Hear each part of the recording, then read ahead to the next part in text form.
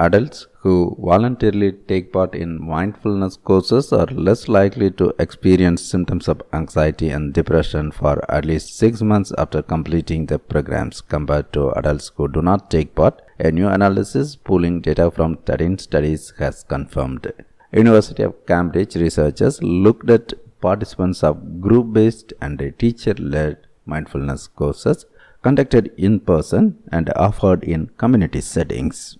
They say the results published in the journal Nature Mental Health should encourage uptake of similar teacher-led programs in workplaces and educational institutions keen to help prevent mental health problems developing in members of their community. The researchers says that in their previous work it was still not clear whether these mindfulness courses could promote mental health across different community settings. This study is the highest quality confirmation so far that the in-person mindfulness courses typically offered in the community do actually work for the average person.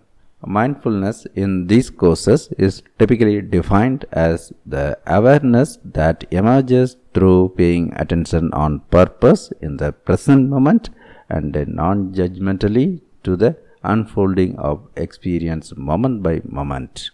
These courses, formerly known as mindfulness-based programs (MBPs), often combine elements of meditation, body awareness, and modern psychology, and are designed to help reduce stress, improve well-being, and enhance mental and emotional resilience. They consist of groups of participants led by mindfulness teachers who promote reflection and sharing over several 1 to 2 hour sessions. The body of research into the effectiveness of MBPs to date has been mixed. Cambridge researchers sought to confirm the effect of MBPs on psychological distress, which encompasses disturbing or unpleasant mental or emotional experiences, including symptoms of anxiety and depression.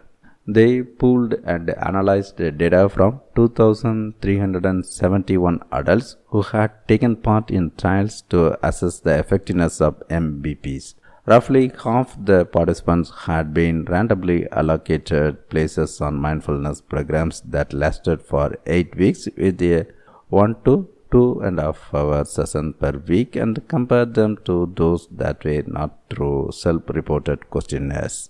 The study found that MBPs generated a small to moderate reduction in adults' psychological distress, with 13% more participants seeing a benefit than those who did not attend an MBP. The researchers found that existing psychological distress, age, gender, educational level, and a disposition towards mindfulness did not change the effectiveness of MBPs. The researchers say that they have confirmed that if adults choose to do a mindfulness course in person with a teacher and offered in group setting, this will on average be beneficial in terms of helping to reduce their psychological distress, which will improve their mental health. However, they are not saying that it should be done by every single person. Research shows that it just doesn't work for some people.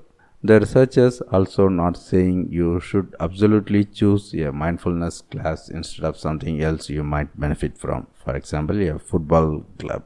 They have no evidence that mindfulness is better than other feel-good practices, but if you are not doing anything, these types of mindfulness courses are certainly among the options that can be helpful. The researchers conducted a systematic review to select previous studies for inclusion in their large-scale analysis.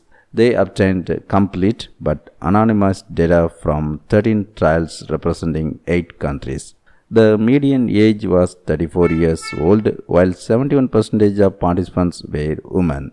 While mindfulness apps are on the rise, researchers remain unsure whether it is the practice of mindfulness that reduces psychological distress or the fact that courses involve in-person group work with a teacher present.